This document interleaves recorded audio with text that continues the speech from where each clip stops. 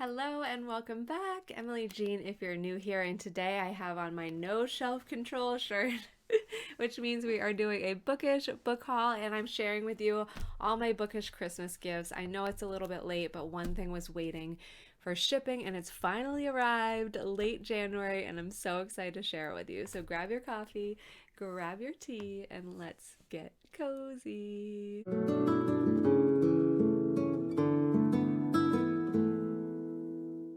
Oh my goodness. So the only thing I asked for really for Christmas this year were books or bookish items. And the first thing that I got was the Old Kingdom series, the full collection. This is one of my most favorite series, but I originally read it from the library, and I read Clariel first without knowing it was a whole series, and then I went back and read the whole series, but I never had my own full copy. The only thing that I had was Abhorsen. And this is my most favorite cover art, and I could not find a full collection with this cover art, which was so frustrating because this is my favorite. So I scoured for matching covers, and I actually did really end up falling in love with this artwork, which I think is the newest artwork. The paper thing that it came in was pretty flimsy, but these books are just gorgeous. So we got Sabriel is the first one, and one of my goals this year is to reread this series. I'm so excited to dig back into it. But another reason is that a new book was actually released, and I had no idea. So I got the new book in paperback, knowing that the artwork would match. So I was hoping that it would match the collection set.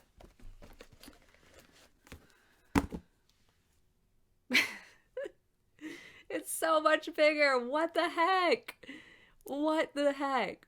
And then I cannot find a paperback copy that is the same size as the ones in the collection. So I don't even know. Why? Why? But anyways, the artwork's stunning. The books are stunning. I cannot wait to read this one, which I think is about Sabriel's parents. If you haven't read the Old Kingdom series, it is so good. It's been so long that I don't even know how to summarize it for you guys, so that's terrible. I probably should have looked it up to do a better job to summarize, but there are necromancers. It kind of follows through the timeline of the kingdom, and I'm not going to do it justice.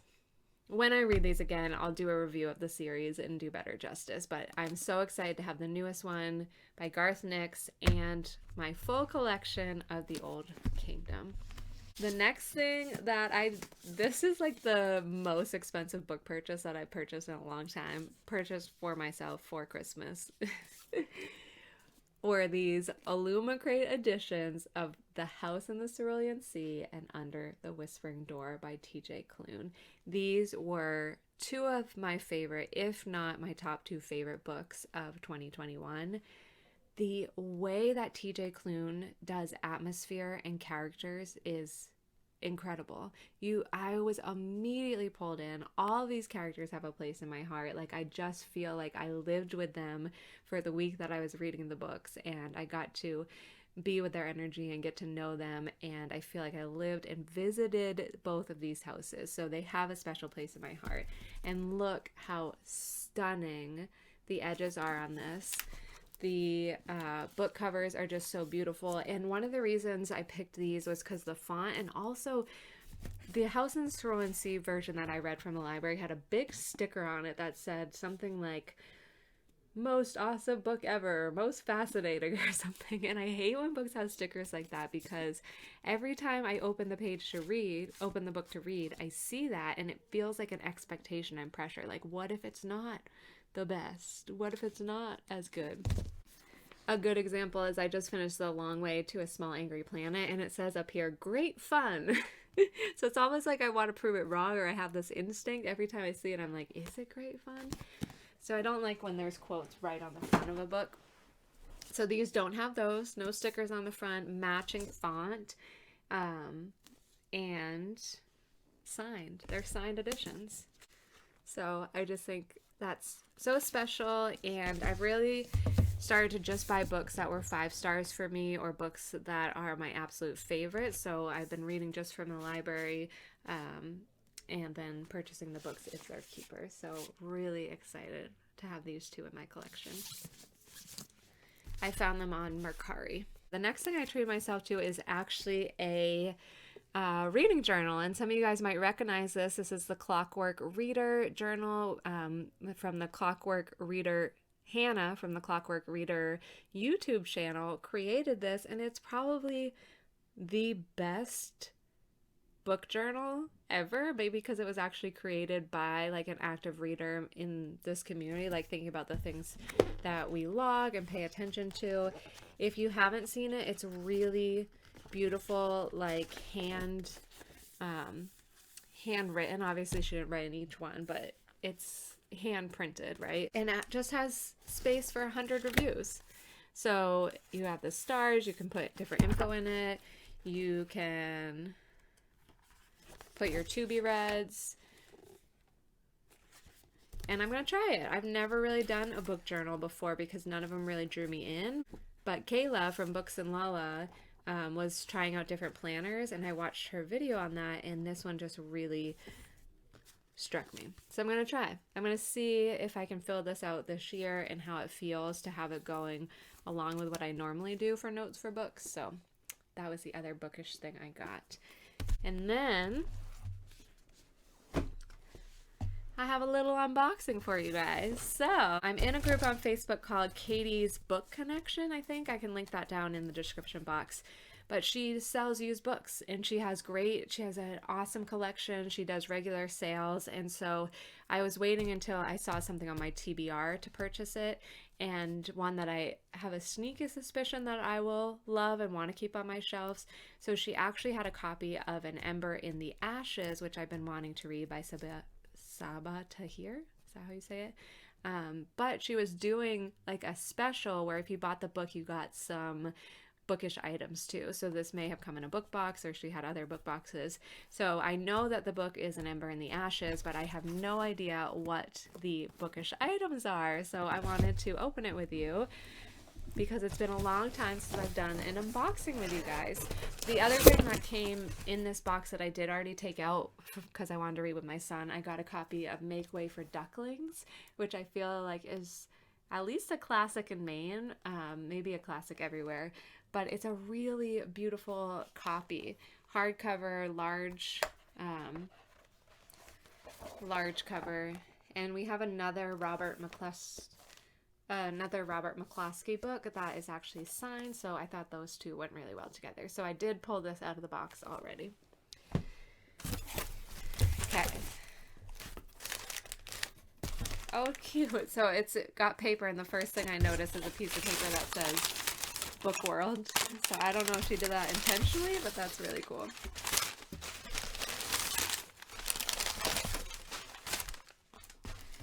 Okay, so we have the book An Ember in the Ashes, and this has been on my TBR for a long time.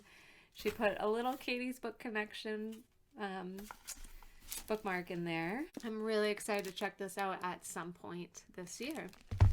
So let's see what our items are. Okay, we have a book sleeve. Oh my gosh, is this... Okay, so this is a Fairy Loot item. And I feel like I recognize these characters, but I can't tell. Is this from Blood and Ash?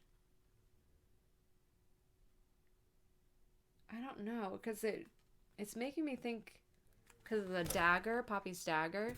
What do you guys think? Who is this? Who is this? I don't know. Or it wouldn't be from I don't think this matches with Ember in the Ashes. My guess is from Blood and Ash. You guys let me know what you think. Then we have some stickers. Lion in the Trees.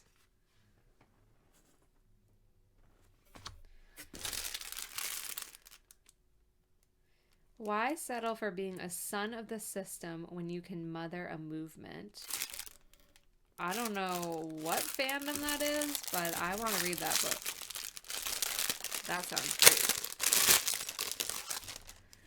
it's a little scrunchie with moons and stars on it. I love that. So cute. So what fandom is that from? Because that sounds awesome. It's from the Fae crate. Then the final item we have in here is... I mean, are they all inspired by An Ember in the Ashes?